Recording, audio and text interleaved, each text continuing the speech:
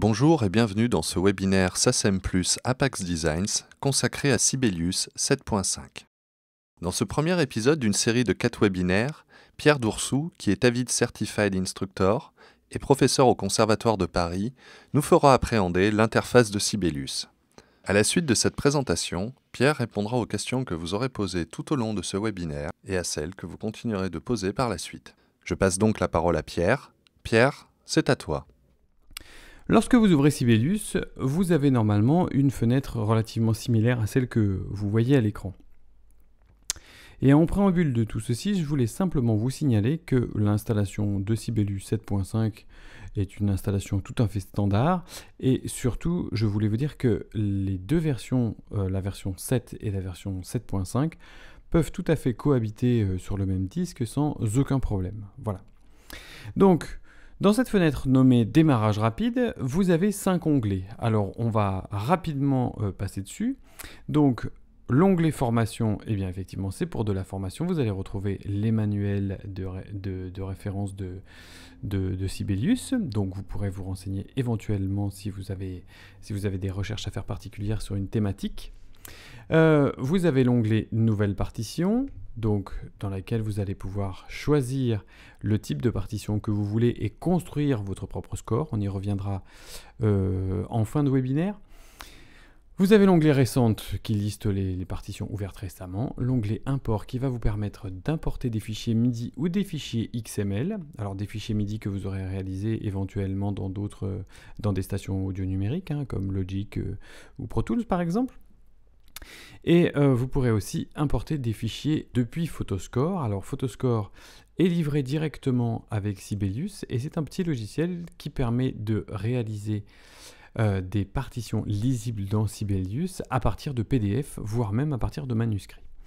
Et vous avez l'onglet Dépêche qui est un retour vers les blogs Avid et notamment le blog de Sibelius. Voilà. Donc pour débuter, pour que nous ayons tous la même partition, si vous avez la possibilité de pouvoir faire les manipulations en même temps que moi, eh bien nous allons ouvrir une partition parmi la bibliothèque préinstallée avec l'installation de Sibelius. Donc on va aller dans Ouvrir autre ici et on va choisir dans Partition de Sibelius, on va choisir Orchestral. Voilà. Donc dans cette partition orchestrale, eh bien en fait c'est un extrait de la symphonie du Nouveau Monde de Dvorak. Et donc je vais profiter de cette partition pour vous présenter un petit peu les différents éléments de cette fenêtre. Donc la première chose que l'on voit en haut ici, c'est ce qu'on appelle les onglets exactement du ruban. D'accord ? Donc en fait, l'organisation à l'intérieur de Sibelius se fait un petit peu à la manière d'un traitement de texte dans la disposition des logiciels de traitement de texte. C'est-à-dire qu'on a une organisation qui est horizontale et non plus verticale avec des menus déroulants qu'on a quand même conservé ici, voilà, et qui était donc dans Sibelius 6. Ici, on avait simplement des menus déroulants. Maintenant, l'organisation est linéaire. Donc, on a ici des onglets qui se rapporte au ruban qui est juste en dessous. Ces onglets suivent un petit peu la chronologie d'écriture d'une partition. Vous avez accueil, saisie de notes, notation, texte, lecture, mise en page, etc. Et à l'intérieur de chaque onglet, vous allez trouver des boîtes. Vous voyez qu'il y a des petites séparations à ces endroits-là. Et en bas de chaque boîte, vous avez une écriture qui vous permet de savoir à quoi se rapporte cette boîte. Ici, vous avez ajouté et supprimé. Ici, vous avez ajouté, supprimé. Donc, effectivement, le petit dessin nous indique que c'est mesure.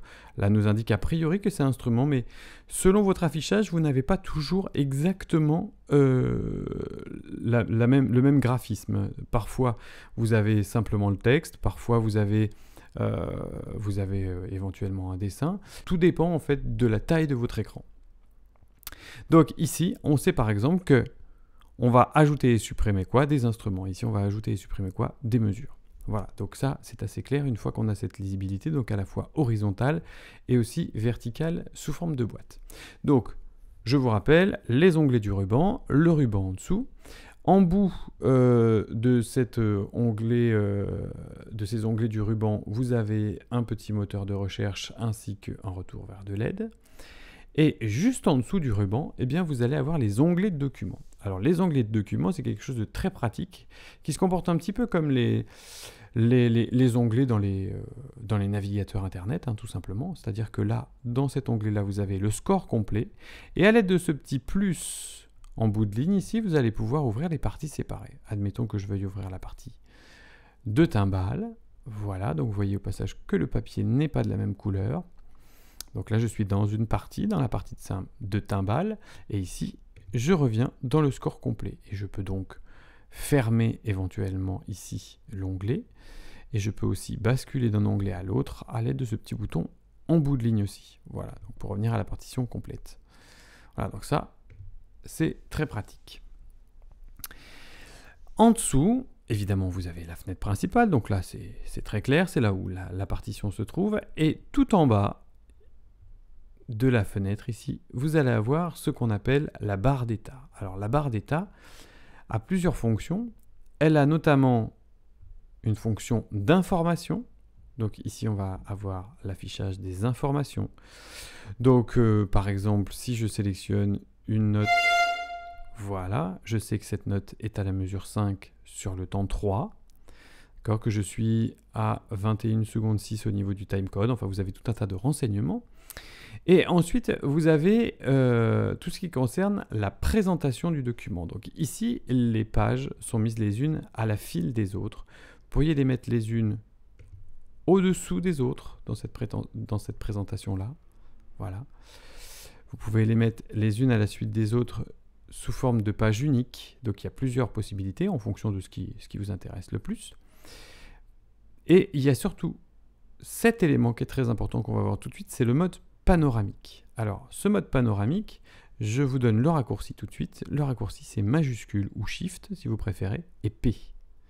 Voilà, vous basculez du mode avec la mise en page au mode sans mise en page. Puisqu'en fait, le principe de ce système de mode panoramique, c'est d'avoir la possibilité d'écrire au kilomètre. C'est-à-dire on ne se soucie pas de la mise en page, on écrit, on rentre les notes. Vous voyez qu'ici en permanence vous avez un retour sur l'armure et sur l'instrument. Donc vous savez pour qui vous écrivez et vous ne souciez pas de la mise en page. Parce que c'est vrai que des fois lorsqu'on écrit les partitions dans Sibelius depuis la version mise en page, hein, donc celle-ci, voilà, on a des basculements de système et des choses qui font que bon, c'est difficile parfois de suivre. Donc en mode panoramique, eh bien là, on est très à l'aise puisqu'on a déjà on a plus de portée à l'écran et puis on voit vraiment ce qu'on fait au fil du temps et on ne se soucie pas de la mise en page. Dernière chose ici, c'est le zoom. Alors vous voyez, par glissement, vous allez pouvoir agrandir ou rétrécir. Ce n'est pas toujours très pratique. Je vais vous conseiller tout de suite d'apprendre le raccourci qui est très simple. Sur Mac, c'est commande plus pour zoomer et commande moins pour dézoomer. Et sur PC, ce sera CTRL plus et CTRL moins. Donc là, vous avez vu l'ensemble des choses qui constituent la fenêtre, a priori comme ça, naturellement, quand on ouvre Sibelius. Maintenant, on va essayer d'aller un peu plus loin. Donc je vous avais parlé des panneaux et fenêtres. Alors, ces panneaux et fenêtres, on va les trouver dans l'onglet Affichage. Donc dans l'onglet Affichage, on a fenêtres et panneaux, voilà. Donc les fenêtres, eh bien, ça va être la possibilité qui vous sera offerte finalement d'ouvrir une deuxième fenêtre pour pouvoir faire un travail différent ou avoir un affichage d'une partie différente. Donc vous pourrez, comme ça, si vous avez plusieurs écrans, travailler sur des choses simultanément et l'un interagira évidemment sur l'autre. Les modifications de l'un seront reportées sur l'autre naturellement. Mais nous, on va s'intéresser surtout aux panneaux. Et parmi les panneaux, il y en a un qui est tout de suite affiché, en règle générale. Si ce n'est pas le cas, eh bien, vous allez dans Panneaux et vous faites Pavé, vous cochez le pavé. Et c'est ce petit pavé numérique. Alors, vous n'avez malheureusement pas la possibilité de l'agrandir. Donc, quand vous avez un très grand écran, des fois, ben, effectivement, il est assez petit. Mais vous allez le prendre en main très facilement. Donc, finalement, c'est juste la représentation graphique d'un pavé numérique du type de celui qu'on peut avoir sur un clavier étendu. Hein, pas les claviers d'ordinateur portable, en général, non pas ça. Donc, il faudra investir soit dans un clavier, soit dans un petit pavé qui se branche en USB, parce que vraiment, c'est ce qui fait toute la facilité de saisie à l'intérieur de Sibelius. Donc ici, finalement, ce n'est pas un pavé, mais 6 pavés que vous avez, voilà, avec chacun des boutons du pavé qui correspondra aux touches du pavé numérique. Donc Le silence, c'est le 0. Ici, c'est la virgule. Donc ici, ça sera le bouton Entrée, si mes souvenirs sont bons sur le pavé numérique. Ici, ce sera 3, 2, 1. 1, 2, 3, 4, 5, 6, 7, 8, 9. Voilà, et donc vous allez pouvoir vraiment rentrer les notes assez facilement. Ensuite, vous avez la timeline. Alors la timeline, vous l'avez peut-être directement lorsque vous avez ouvert ce projet. Si ce n'est pas le cas, vous la trouvez toujours dans les panneaux, donc au niveau de timeline, voilà. La timeline, naturellement, elle se met en bas, ici. Alors, la timeline, c'est quoi? Eh bien, cette nouveauté de Sibelius nous permet de nous déplacer aisément dans la partition. Alors ici, je vais rebasculer, voilà, dans ce mode-là. Pour l'instant, on ne voit pas grand-chose, mais vous allez comprendre un petit peu. Vous voyez, quand je me déplace, l'affichage de la timeline se déplace aussi. Et si je vais sélectionner un point précis dans la timeline, eh bien, voilà, il clignote ici et je peux directement me déplacer. Alors, j'ai un visuel sur le tempo, la tonalité, et si j'ai des changements, voilà, de métrique, par exemple, si je veux aller directement au 2/4, eh bien, je vais directement être au 2/4, donc ça, c'est très pratique pour le déplacement. Donc ça, c'est vraiment un très bel outil ici. Et évidemment, cette timeline est customisable, hein, donc on peut à la fois zoomer dessus, bien sûr, et dézoomer. Puis vous avez ici toujours l'engrenage qui vous permet de rentrer dans les options pour faire votre timeline propre avec des choses que vous voudriez voir apparaître ou au contraire que vous ne voudriez pas voir apparaître. Voilà, donc je vous laisserai découvrir ça tranquillement. Cette fenêtre de timeline est une fenêtre qui peut être à la fois fixe, qu'on peut évidemment donc enlever grâce à toujours cette petite croix, mais ça peut être aussi une fenêtre flottante, c'est-à-dire qu'on peut, en appuyant sur le bouton juste à côté de la croix, voilà, la rendre flottante, c'est-à-dire qu'elle vient par transparence sur la partition et on peut aisément la glisser sur un deuxième écran. Et vous voyez, si vous glissez vers le haut, vous avez aussi la possibilité, à un moment, alors c'est un petit peu capricieux, voilà, vous avez la possibilité de la faire glisser éventuellement en haut. Hein, donc voilà, c'est le principe de la timeline. Donc cette timeline, elle vous permettra de vous déplacer dans le score. Alors c'est vrai que ça nécessite d'avoir un écran assez grand ou un deuxième écran si on veut pouvoir y voir clair, sinon effectivement ça prend pas mal de place. Ensuite, dans les panneaux très importants, vous avez le transport. Alors, élément de terminologie, effectivement, là, le transport, eh bien, c'est ce que l'on détermine par le bouton avance, recul, play, stop et enregistrer, notamment. Vous voyez aussi que ça va vous permettre de lancer la lecture du score à un point précis. Grâce à ce curseur, vous pouvez vous déplacer dans le score. Donc, je vais me mettre au début. Je m'assure que rien n'est sélectionné, sinon la lecture va se lancer à compter de la sélection.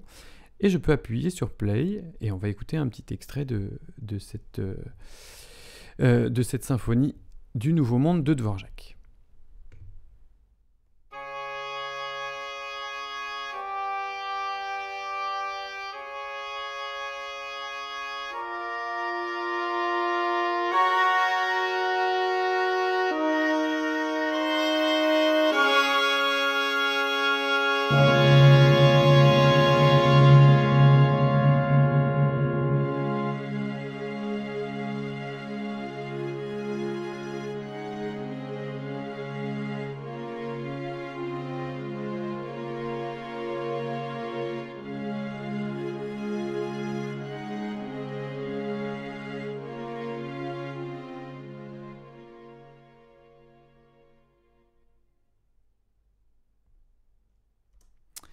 Voilà, et bien vous voyez que j'ai ouvert la table de mixage pour pouvoir faire un fade out qui soit un peu plus agréable que de couper sèchement la lecture avec la barre espace. Et du coup, vous voyez le mixeur dans son ensemble. Alors ce mixeur, évidemment, se comporte comme tous les autres mixeurs, toutes les autres tables de mixage. Hein. Vous avez tous vos instruments qui sont répertoriés ici et vous allez pouvoir régler non seulement le volume, le panoramique, mais éventuellement rajouter quelques effets. Notamment directement, vous avez en insert sur chaque piste une reverb et un chorus que vous allez pouvoir doser. Donc, cette fenêtre pour l'instant ne va pas nous servir, nous allons la fermer et nous allons aller voir les autres panneaux. Donc je referme aussi le transport pour pas trop charger l'affichage. Et ici, nous avons vu donc le pavé, le transport, la table de mixage, et nous allons voir ces deux-là, le clavier et aussi le manche. Voilà. Donc, grâce à ce clavier ou à ce manche qui peut être soit une guitare, soit une basse électrique, eh bien, vous allez pouvoir rentrer les notes du score. Vous allez pouvoir saisir votre score. Alors, évidemment, la manière la plus simple de saisir un score, c'est de toute façon d'avoir un clavier connecté à votre ordinateur, nous verrons ça dans le prochain webinaire, et de rentrer directement, non pas en s'enregistrant forcément, mais en rentrant les notes, en les jouant pas à pas sur le clavier. Si vous n'avez pas cette possibilité-là, vous pouvez toujours le faire avec soit ce clavier, soit ce manche de basse ou de guitare. Donc ça peut se révéler très pratique selon votre instrument par exemple. Vous avez la fenêtre vidéo qui sera très utile pour la synchro à l'image si jamais vous faites des scores de musique de film par exemple. Et vous avez aussi la fenêtre d'idées. Alors cette fenêtre d'idées en fait stocke déjà pas mal d'éléments qui sont livrés avec l'installation de Sibelius. Il y a pas mal de grooves, pas mal de riffs, des choses comme ça que vous pouvez déjà utiliser, des riffs de cuivre ou des grooves de batterie que vous allez pouvoir mettre. Et vous allez aussi pouvoir stocker vos propres idées pour les réutiliser ultérieurement dans d'autres projets. C'est une sorte de bibliothèque si vous voulez. Et le dernier qui nous reste à regarder, eh bien, c'est le navigateur. Alors le navigateur va nous permettre de faire un petit rappel sur les éléments de navigation que nous avons vus. Donc je vais fermer quelques fenêtres pour faire un petit peu de place. Voilà. Hop. Et celle-ci. Voilà. Donc ici, vous avez votre navigateur. Ce navigateur, il va vous permettre de vous déplacer dans la partition. Alors, comme outil de déplacement, nous avons vu déjà la timeline. Vous avez vu que la timeline vous permet de vous déplacer à un endroit très précis de la partition. Le navigateur, lui, vous permet de vous déplacer plus généralement dans une section de la partition ou dans un tronçon de page ou sur une page précisément. Donc, vous voyez que vous allez pouvoir naviguer comme ça sur les pages qui sont numérotées. Donc ça peut être très pratique, mais une fois de plus, tout dépend de ce que vous produisez comme musique. Donc, voici pour le navigateur. Nous avons vu donc la timeline, le navigateur, et évidemment le zoom. Je vous rappelle, le zoom, commande plus, commande moins. Voilà. Donc là, on a une vue un peu plus globale sur la partition. Je vais enlever le navigateur. Et dans la navigation, toujours, eh bien, il y a un élément qu'il nous faut voir, c'est en général, on a l'habitude avec la souris ou le trackpad de sélectionner un élément tout simplement en tenant cliquer avec le pointeur et en glissant.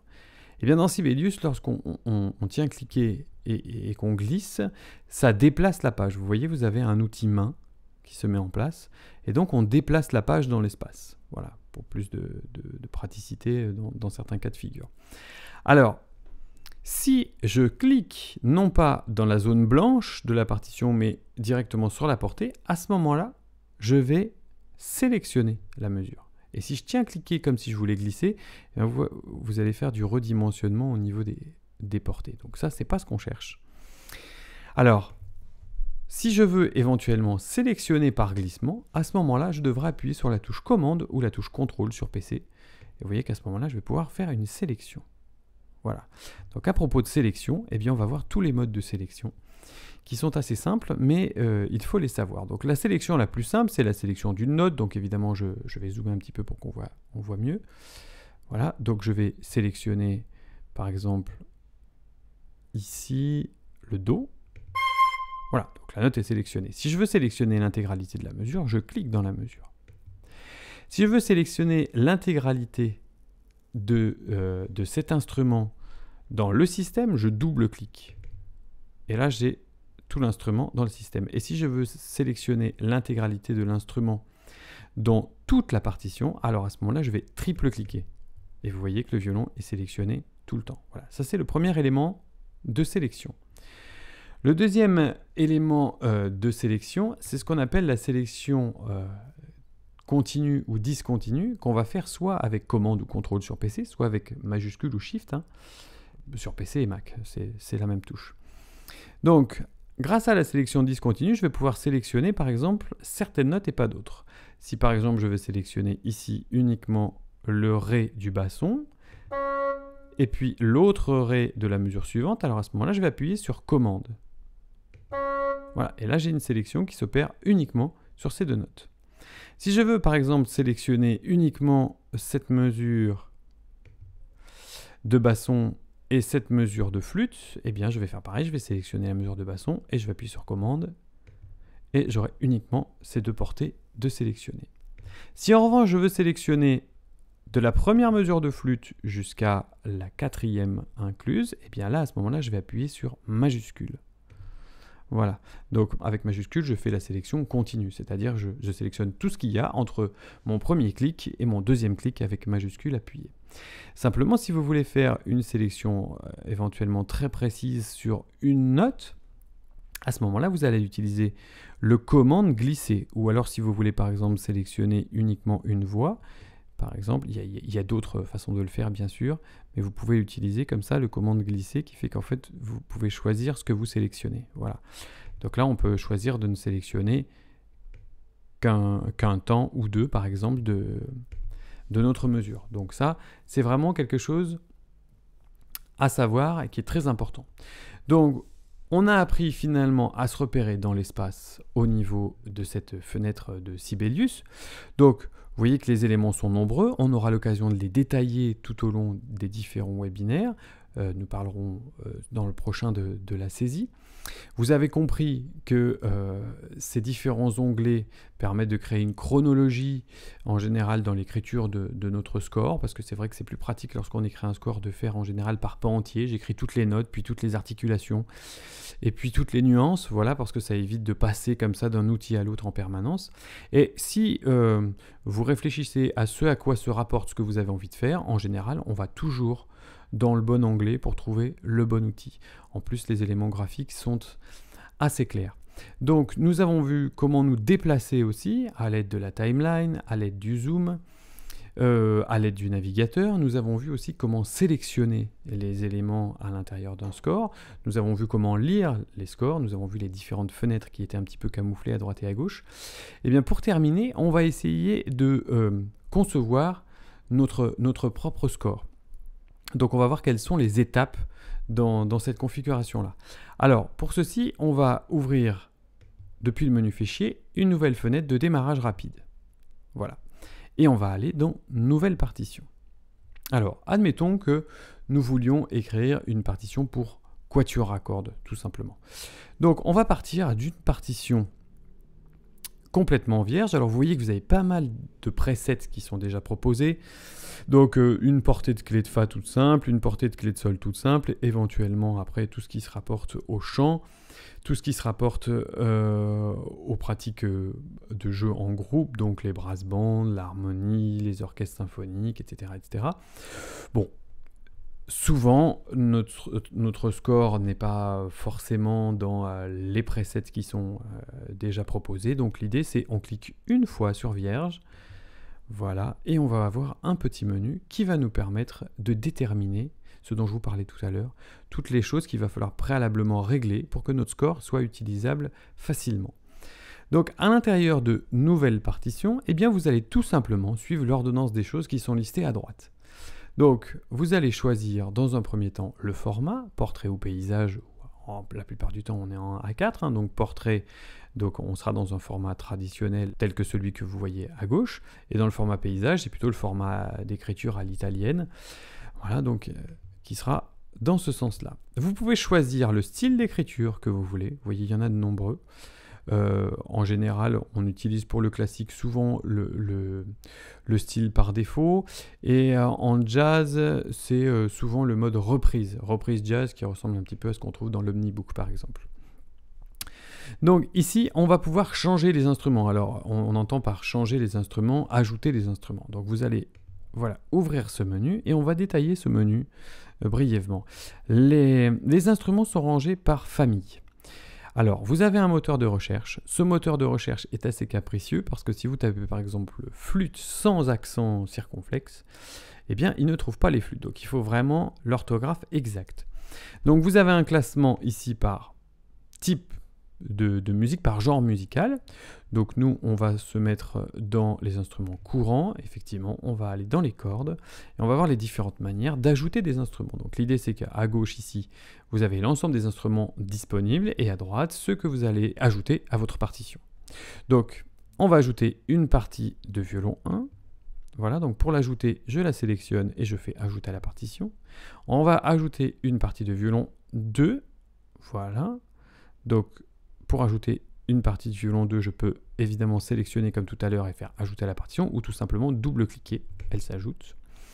Et ensuite, je vais ajouter simultanément alto et violoncelle. Donc pour ça, eh bien, sélection continue, majuscule, donc appuyé, et comme ça, j'ai voilà, alto et violoncelle simultanément, et je fais ajouter à la partition.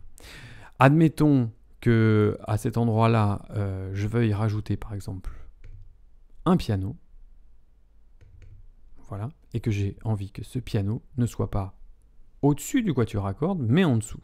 Donc vous sélectionnez la première voix de piano, les deux voix sont liées, A et B, c'est A c'est pour la main droite, B c'est pour la main gauche. Et vous faites ici déplacer vers le bas. Voilà. Finalement, si je ne veux plus de ce piano, je peux le supprimer. Voilà tout simplement, et supprimer la deuxième voix.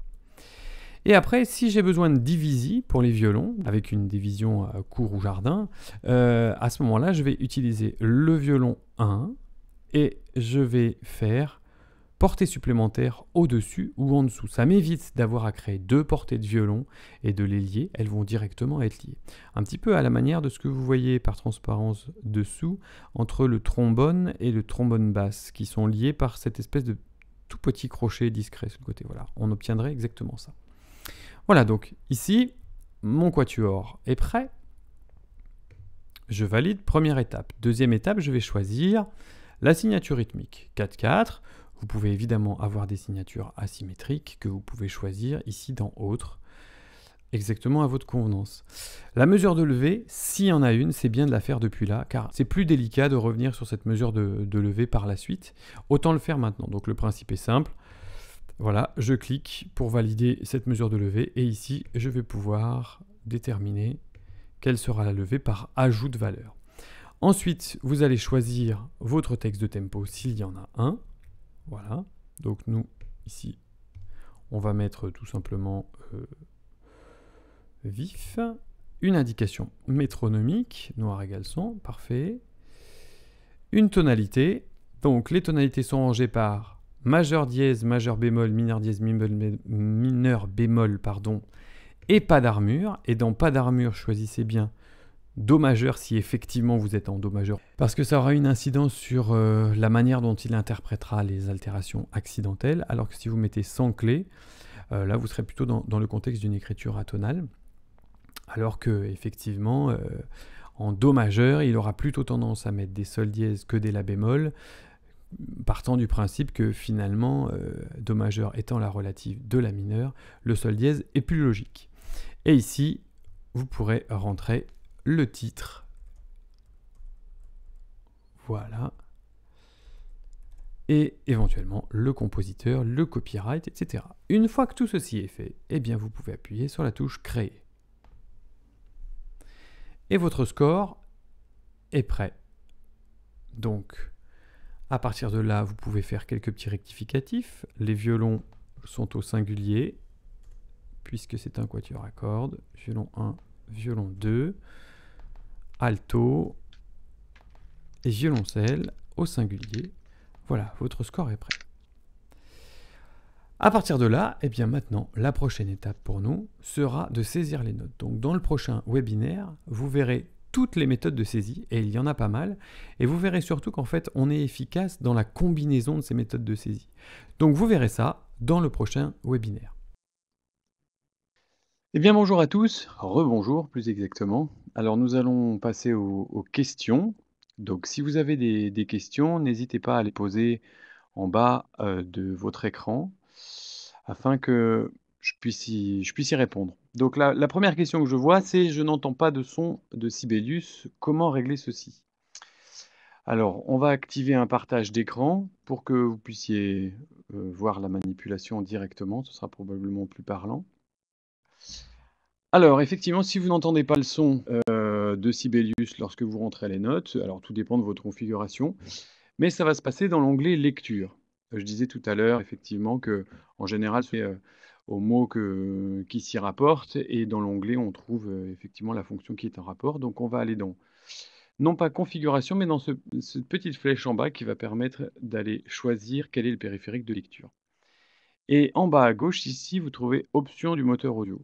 Et donc, dans options du moteur audio, vous allez pouvoir ici choisir l'interface par laquelle vous passez pour la lecture de Sibelius. Donc, soit votre carte son intégrée, soit vos enceintes sont connectées. Voilà pour la réponse à la première question. Alors, la question suivante. Comment déterminer un nombre préalable de mesures par système et par page? C'est vrai que tout dépend des styles de musique que l'on écrit, mais parfois on a besoin d'avoir une présentation des pages qui soit calibrée. Et ça, en général, on le fait à partir de ce qu'on appelle la mise en page homogène. Donc la mise en page homogène, alors on la trouve dans Accueil, mais j'ai un petit doute, donc je vais utiliser ici, vous voyez, vous avez trouvé dans le ruban, c'est un petit moteur de recherche, donc on va taper homogène. Dans Accueil, extension, homogénéiser la mise en page. Il y a pas mal d'extensions qui nous permettent de faire tout un tas de manipulations plus vite. Donc ici, homogénéiser la mise en page. Et ici, vous pouvez choisir, donc, premièrement, le nombre de mesures par système pour tous les systèmes. En général, c'est quand même beaucoup mieux de fonctionner avec les sauts de page automatiques. Et vous pouvez déterminer et un nombre de systèmes pour la première page. Évidemment, il y a toujours un peu moins de systèmes sur la première page, puisqu'il y a le titre, le nom du compositeur, l'indication métronomique, etc., qui prennent un peu de place. Et donc, vous pouvez verrouiller le format pour être sûr que vous conservez bien cette mise en page du début à la fin. Voilà. Une autre question. Pourquoi certaines notes ou symboles sont parfois en rouge? Alors, les notes ou les symboles qui sont en rouge ne le sont pas pour la même raison. Les notes qui sont en rouge, en général, sont en rouge parce qu'elles sont censées être hors de la tessiture de l'instrument qui les joue. Dans les faits, il arrive que ce soit quand même des notes qui soient possibles à jouer, mais méfiez-vous, assurez-vous que ces notes-là sont bien jouables par les instrumentistes pour lesquels vous avez écrit cette partition, donc posez-leur la question tout simplement. Donc c'est juste une alerte, hein, plus exactement. En revanche, les notes, les symboles qui sont en rouge, c'est en général parce qu'il y a deux symboles ou les symboles avec les notes qui vont faire écran. Et donc il suffit de déplacer tout simplement la nuance ou le symbole pour qu'il ne se chevauche pas. Et le rouge disparaîtra. C'est simplement parce que la mise en page, et d'une façon générale, est une mise en page magnétique si vous ne faites rien. Et du coup, elle n'accepte pas les collisions entre les différents éléments. Voilà, question suivante. Alors, est-il possible de commencer une mesure de levée par une seule croche? Donc effectivement, c'est tout à fait possible. C'est mieux de le déterminer dès le départ. Donc on va voir ça dans le partage d'écran.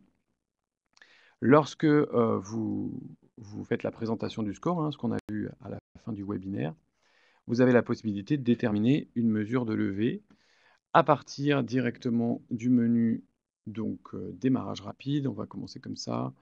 On va prendre voilà, une portée de clé de sol. Et ici, vous allez pouvoir déterminer ce par quoi vous allez commencer, tout simplement. Voilà. Donc, à ce moment-là, vous déterminez une croche et ça fonctionne. Voilà, question suivante. Comment sont organisées les voix pour la saisie des notes? Donc ça, c'est assez important. On va voir un petit peu l'organisation des voix. Donc c'est très simple.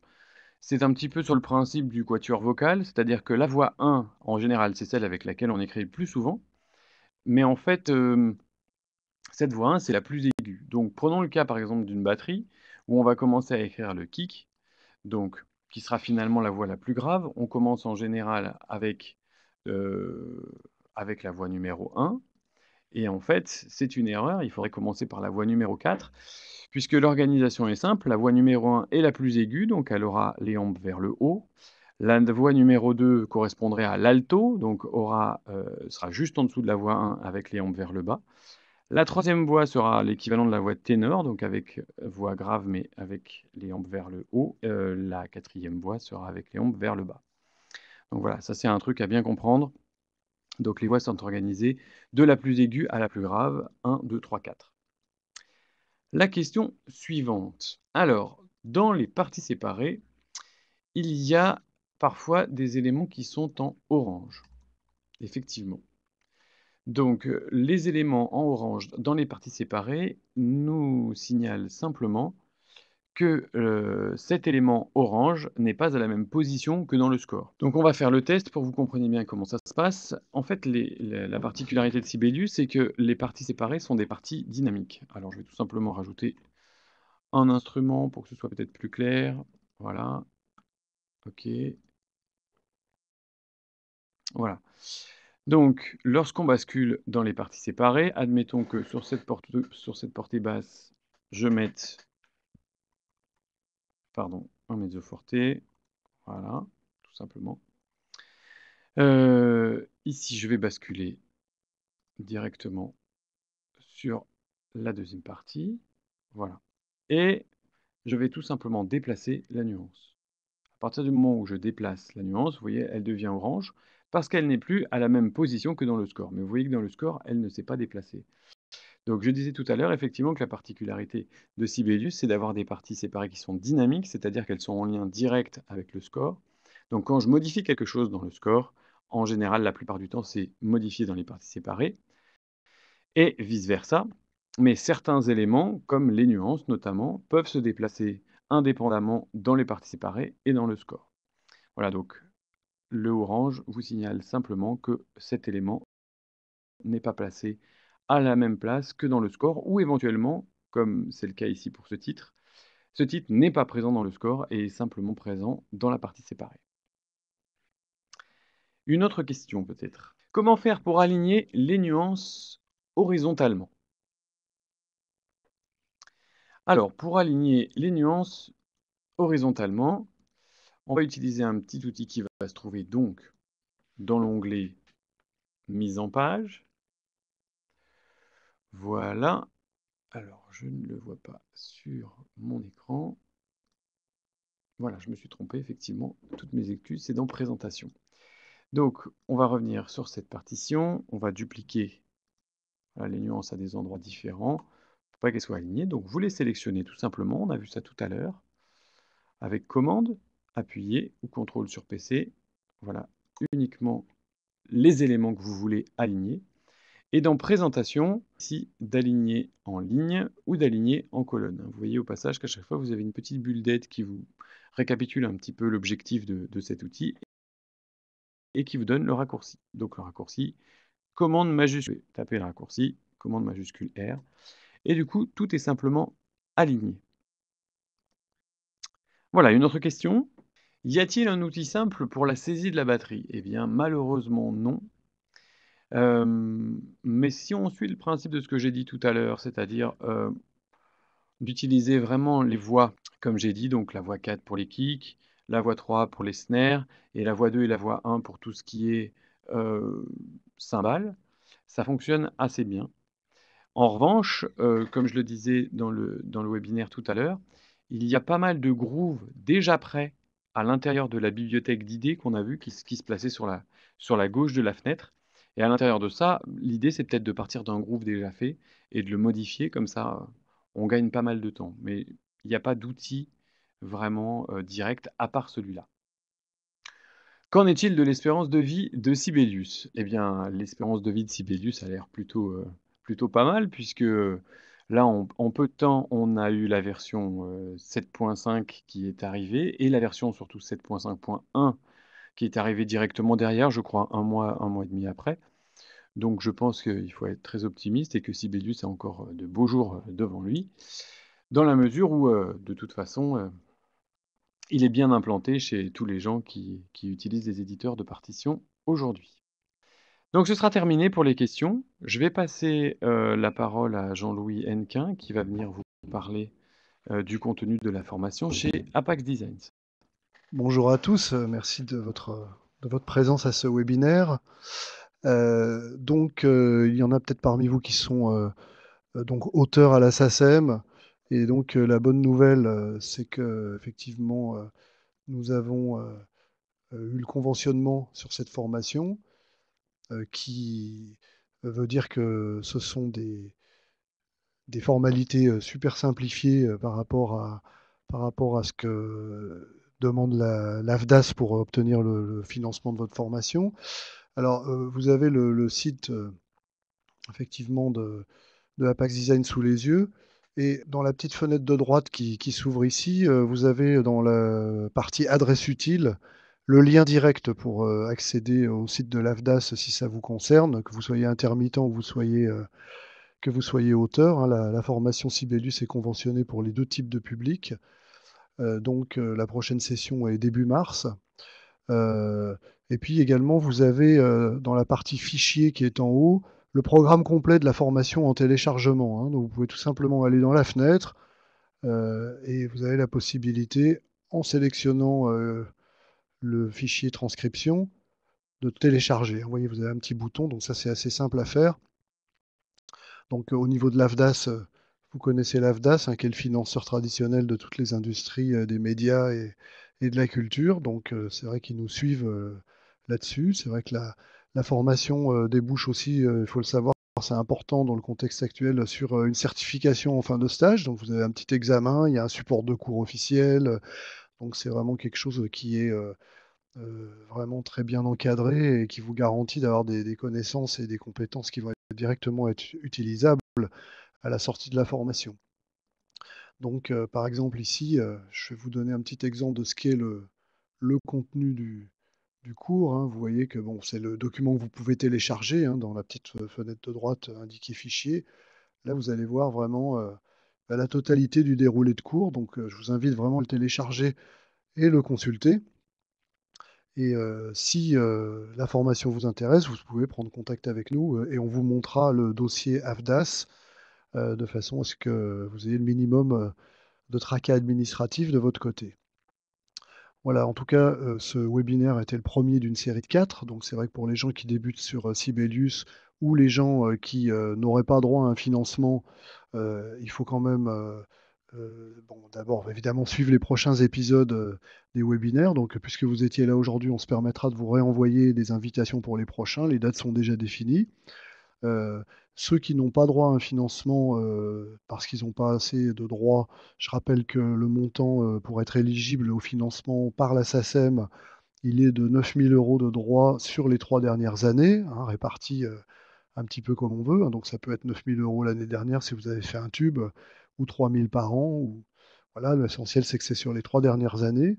Et puis pour les intermittents du spectacle, évidemment, bah, c'est les conditions habituelles qui s'appliquent. Et on a eu l'autre jour une réunion avec l'AFDAS vraiment intéressante qui nous a permis de voir que comme les accords de branche ont été signés au niveau des intermittents, les conditions de financement sur le plan de formation restent exactement les mêmes qu'avant. La seule chose qui va changer, c'est sur le DIF qui sera remplacé par autre chose, mais qu'il ne faut pas s'attendre à voir vraiment opérationnel avant le mois de mars 2015.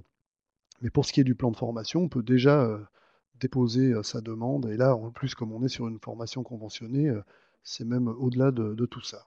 Voilà. Donc le webinaire va maintenant se terminer. Je vous remercie de votre participation, hein. Dépêchez-vous de télécharger les petits fichiers à droite ou d'ouvrir la fenêtre avec les liens dans les adresses utiles avant que la fenêtre ne disparaisse. Je vais remercier Pierre, évidemment, euh, de son, de son intervention et de la clarté de ses explications.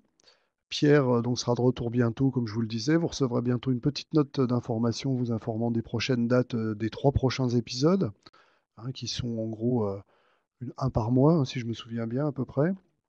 Mais vous aurez tout ça. Donc il y a un formulaire d'évaluation.